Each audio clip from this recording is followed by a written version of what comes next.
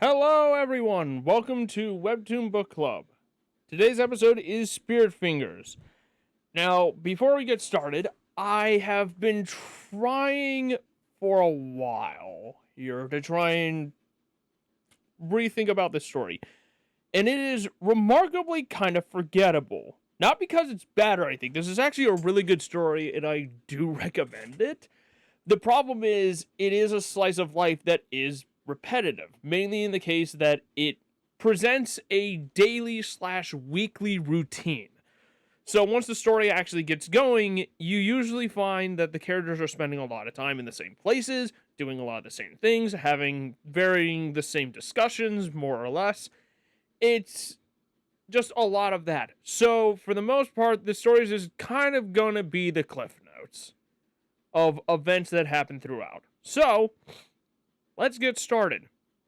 Our story opens up with our main character, Amy, kind of standing around waiting for her friends in the cold. But she notices not far away is a group of people taking turns posing while the rest draw pictures of them. And she kind of finds it admirable as they present such levels of confidence while in public, and while dressing in things that aren't appropriate for the weather, and doing this while there's people walking around. And she notices one of them, and she kind of falls for him pretty quickly, mainly because he's just really good looking. But then that guy actually ends up walking up to her and asks her to pose for them. And she does. She kind of just walks up bashfully and then just kind of stands there, as she is extremely shy and not really all that social. So they draw the pictures of her, and they do a picture style called, I'm going to mispronounce this, I think it's like croquis or something. It's French. I don't know what the heck. But it's basically quick, short drawings. Usually this is something that's used for the sake of fashion, but in this case, they're doing it just for fun. Their time span is usually 3 minutes for a picture or 1 minute. So when they're finally done, they hand their pictures to her, and she's kind of confused because they're not really all that good, except for a couple of them. But they do invite her to join their club if she wants to draw with them. So she then mentions this whole scenario to her friends when in school, and they tell her, yeah, go do it. If you like the guy, go be around him. So she then, first we see how her home life is. And her home life isn't all that fantastic. Her mother is extremely hard on her and is constantly trying to push her to be perfect. And she kind of just doesn't try that much to do so because she doesn't really find the point, because no matter what she does, her mother's always going to be hard on her about everything. And her brother calls her a gorilla. Well, her younger brother calls her a gorilla, and that's the more part that kind of puts her in this awkward social position, is that her mother treats her pretty badly, but will absolutely wash her brothers with praise and glory and everything. So her mother's not all that great. But when the day comes that she's gonna go to the meeting with these guys, her first meeting, she kind of gets herself all dressed up and starts heading to where she's supposed to go.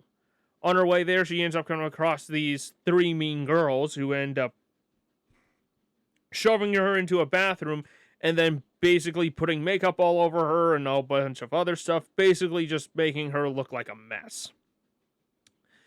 As this guy comes along named Kevin, who we will get to know a lot more through this story, who tries to help her in his own kind of deranged way. And it doesn't seem like all that much help, considering he's kind of just freaking out and being crazy. But in the end, she does get cleaned up a bit and then heads over to the meeting spot. And she finds it hard at first because she constantly wants to make her pictures look good, but she always runs out of time before she can really get anything done. While the rest of the group just kind of gives her the confidence say, it's like, don't be afraid to make mistakes. If you make a mistake, just keep rolling with that. And a lot of them show that they have their own ways of doing things. They have their own ways of doing things that helps them with their own sense of drawing, and mistakes just really isn't a concern for them. And as the story goes on, and she does gain the confidence to the point where she's making some pretty good drawings with her short time limit. But as we go through the next week of the story, it's more of the same thing. Her friends are constantly trying to encourage her to get a backbone, and she's just constantly being shy and bashful about everything, because she doesn't have any confidence in herself. And her home life is just more or less the same thing. So when the next week comes by and they start with their drawings, somebody shows up late, and it's a new member, and it was Kevin, who is actually the brother of one of the main members. And from here, this is where I kind of lose the story. So as the story progresses, Amy gains a lot more confidence and becomes a lot more, I wouldn't say ambitious, but definitely becomes a lot more free in her expression. And starts to show more of who she actually is. To the point where she eventually actually stands up to her mother and basically laying down that her mother's been trying to live her failed life through her, and her mother is always treated having to raise kids as her life was put on pause to then focus on other people that have now been shoved into her life. When in reality, that's not the case. But that's not before her mother did find out that she was in this group and tried to get her to quit the group. But this is where Amy gains the confidence enough to push back and say, no, I'm going to keep continuing to do this, and if you don't like that, tough. Kevin is actually a model. And he does modeling for a small store, but he does end up grabbing the attention of an agent who has connections more higher up to more larger modeling organizations and such. And basically lines them up for like this modeling competition or something. And that ends up becoming a bit of a mess, but because of his own level, but because he is the complete opposite of Amy and having nothing but confidence, he ends up actually showing up pretty well and impressing the judges there. So he actually gets the higher positions. And he at first is to backtrack a bit, him and Amy actually start building up more of a relation. Amy starts losing attraction towards the other guy and actually starts gaining attraction towards Kevin. But they're both very denialistic about it at first because they don't want to. For some reasons. Because I think it's just because they don't want the other to find out. Even though everybody else kind of obviously knows. But with that said, eventually they do get into a relationship with each other. So Kevin backs down on this larger modeling offer because he wants to be more with Amy. But Amy tells him, no, take it. If this is something you want to do, do it. Don't concern yourself with me. So he does eventually do that by the end of the story. So with some of the other characters, with one of Amy has two main friends. The one is just kind of more or less happy with her life as she fangirls out about a pop star. And the other one faces her own problems as she always presents as kind of emotionless and very calm. But this is mostly because because of her home environment, always trying to be this perfect child for her parents.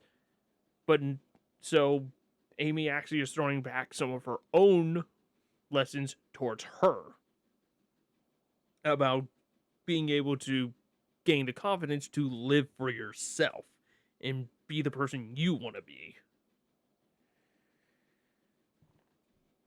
And as far as all the members in Spirit Fingers goes, some of them try to get a relationship with each other. There's a little bit of drama in that note. It doesn't break up the club, but it does create a bit of awkwardness. But overall, the story turns out really well. The younger brother actually, when Amy starts to show confidence for herself and show that she has more presenting her own personality, he starts to gain more respect for her, starts to cover for her when her mother might catch on about her being in this club, and he eventually gets to the point where he's kind of like her best friend. And funny enough, we do see a good amount of his daily life, which is him actually gaining friends with this kid who is kind of seen as far lesser by everybody else in the school, but he ends up becoming really good friends with this kid. And he starts opening up his own personality as well. Basically, everybody is helping each other out to become more free to express themselves for who they want to be and who they are. And overall, that's what makes the story really good, is because you see everybody actually grow. Every character has their own unique personality. Everybody's helping each other out to bring out each other's personalities. It's a real good time. It's a real fun story. But with that said, there is one part of the story that I have a bit of a problem with, and it has nothing to do with the actual story itself, but more of something that the community, or at least stuff with the comments, has forced some level of change in the story. Visually. Because there are a couple episodes around the 2/3 part that involves a meeting. One of the meetings. So, each Spirit Fingers meeting is themed. There is a theme each week. So apparently one of the themes that was supposed to be there was like an international culture week. So everybody was supposed to dress up in like clothing and garb of varying cultures from different cultures from around the world. But apparently this ended up getting a lot of complaints and comments, so the author ended up changing this so everybody's in like older traditional Korean garb. And overall, it doesn't really change the story that much, but it does make some of the dialogue a bit awkward, because you can clearly tell there was supposed to be something else going on that's not there now. And overall, there's a level of irony and hypocrisy to this. As this is a story about a character gaining the confidence to freely express herself, along with a lot of other characters doing the same. It is a story of self-expression and the freedom of expression. Yet, you have a couple of episodes that have changed because the author gave in to complaints of people not understanding that expression. And you can pretty much guarantee a lot of the complaints were about like cultural appropriation, but the problem is it wouldn't have been, because it's not like they were presenting whatever the cultures were going to be in a negative or harmful way. It was literally dressing up in associated like clothing and then drawing pictures of each other. And I'm not going to have a discussion or argument over this type of topic, because I can definitely tell you what these types of people are. These are the exact types of people who would go to a YouTube video of like an American going to Japan and engaging and enjoying the culture and things there, and then complaining that they shouldn't be doing that because they're not from Japan, so they shouldn't be engaging with that stuff. Even though that would literally be the point of going to Japan, is engaging with the culture and enjoying the things that you wouldn't be normally able to do there. Basically, it's people who hate fun. It's just mostly people who, it's overly sensitive people to just kind of hate others having fun. It's not, that's just no good. But other than that, this is a great story. It's really fun. It's really good. The characters are very well thought out. The art is hit or miss at times. It's mostly good, but it's a bit hit or miss. But other than that, this is a really good story. There's been more added to the list of stories in the description, so pick which one you would like me to talk about next, and vote for it in the comments below, and I will see you all next time.